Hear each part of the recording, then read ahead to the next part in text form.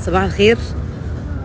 انا بعمل لكم بس الفيديو ده عشان لسه حد بعت لي رساله مسج دلوقتي بتقول لي ان عندها ابن عنده 5 سنين، ومدرسه بتقول له وبتقول لها انه حبيبي مش عارف يقرا ولا يكتب ولازم تشد عليه شويه عشان يذاكر.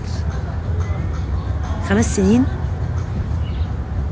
تشد على ايه ويذاكر ايه ويقرا مين ويكتب فين يا جماعه؟ 5 سنين، طفل عنده 5 سنين يعني لسه داخل مدرسه تقريبا، ومدرسه بتقول للام شدي عليه عشان يذاكر. يذاكر ايه يا جماعه؟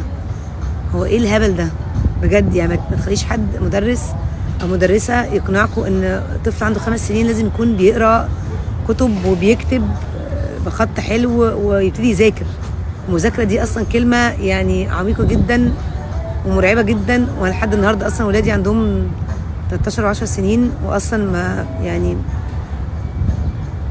بيذاكروا بس لما يضطروا يذاكروا. يعني انت بتذاكر عشان عندك مثلا ثانويه عامه اعداديه يعني لازم تذاكر، بس في كلمه تذاكر دي عنده 5 سنين؟